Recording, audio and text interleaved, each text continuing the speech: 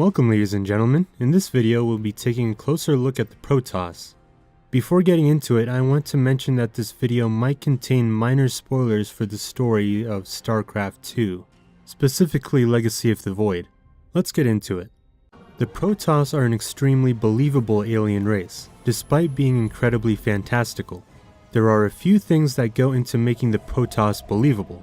The first thing that makes the Protoss believable is that they have their own distinct culture. They don't use normal human religions, normal human speech patterns, or normal human sayings. This might be counterintuitive, but the fact that the Protoss' culture is so vastly different from ours makes them more believable, not less so. It would make no sense if an alien race that we've only recently come into contact with spoke and acted like we do. One of the biggest complaints about the most recent Star Wars movie is that the Star Wars galaxy, which is meant to be far, far away and in the distant past, feels more like Earth and less like a foreign, faraway planet. The criticism was that Star Wars felt less like Star Wars and more like a futuristic war movie that just happened to take place near Earth. If things feel too familiar when they're meant to be fantastical, it pulls the player or viewer out of the experience. The second thing that makes the Protoss believable is their technology. It's dissimilar enough from human technology to feel like it could have believably been developed by an alien race. Protoss technology is also different from human technology in both visual design and function. Terran buildings are boxy, Zerg units are triangular and spiky. The Protoss have their own visual theme, with both convex and concave rounded features and more futuristic color patterns. Their technology operates unlike anything the Terran have, with the ability to warp units around or into the battlefield, or cloak units positioned underneath the mothership. Distinct technology also serves as a gameplay function, allowing the Protoss to play differently than the other races. The third thing that makes the Protoss believable is their appearance. They're very humanoid-looking creatures, but they're different enough to feel like a separate species from humans. They're also very internally consistent in their designs. The curved and rounded themes of the Protoss units make them feel like one unified species. And this unified design also has the additional benefit of being useful from a gameplay perspective. The more unified all the Protoss units and buildings look, the easier it is for the player to identify an ally, an enemy, or multiple enemies. Or multiple allies, I guess. One last aspect of believability that I'd like to mention is lighting. This isn't specific to any Starcraft race, but I might as well mention it here. If an object reacts realistically to lighting, regardless of what the object is, it looks more believable. Lighting and the way that light reflects and refracts on surfaces is often the difference between good CG and bad CG, or the difference between believable characters and uncanny valley characters. The way the StarCraft 2 engine handles light manages to be both believable while also being stylized. It helps that the Protoss units and buildings are also regularly coated in light sources, and in cutscenes, Protoss main characters are always caught in some convenient and dramatic lighting. Terran characters have believable emotions on their faces, but the Protoss' lack of facial emotion most of the time feels like a well thought out idea, rather than a simple cop-out.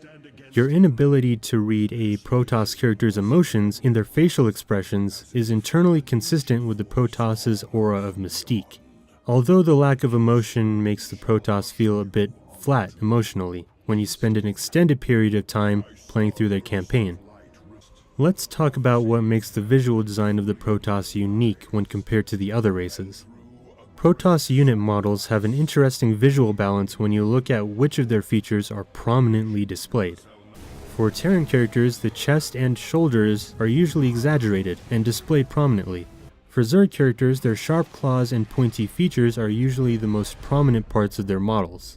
The most prominent features of the Protoss characters are their heads and their weapons. In their movement animations, the Protoss are usually leading with their heads, or with their weapons. Some Protoss units are basically just big heads, which double up as weapons, like the Mothership Core or the Stalker. Exaggerated chests are usually meant to portray heroism, which is pretty accurate for the Terran race. Both their designs and their storylines exhibit heroism. There are plenty of examples of exaggerated chests being used to signify heroism in video games, Gears of War being a pretty obvious and popular example. Characters who stand in such a way that their chests are a prominent aspect of their appearance are also supposed to be heroic characters, like Commander Shepard for example. The Zerg are pointy, which makes them threatening and gross. The Protoss are animated in such a way that most of them lead with their heads and weapons whenever they stand or move. Prominent heads and standing in such a way to show off their heads usually displays intelligence. Prominent weapons make a character threatening, and these themes are fairly accurate to the Protoss storyline, because they're simultaneously intelligent and menacing characters. Some Protoss characters do lead with their chests, and these are generally the more heroic but less aggressive characters. The Protoss' most iconic weapon, the Psionic Blade, was probably modeled out of necessity. The Protoss would look strange holding a sword, on account of only having 3 fingers. Giving them fingers would make them look a bit too much like Terran, which would make them less believable as an alien race. The Psionic Blade is a simple solution to all of these problems. Also, it looks pretty dope. My life for ire. Moving away from the appearance of the Protoss, let's talk about their voices. The Protoss voice actors have an interesting additional layer of difficulty to their job. They have to account for the distortion effects which are going to be placed on their audio. We've seen cases where actors accounting for audio effects has gone horribly wrong, such as Dinklebot in Destiny. I'm guessing that Peter Dinklage was directed to make his voice sound robotic so the sound designers could mask his voice properly, but his voice just ended up sounding a bit uninspired as a result.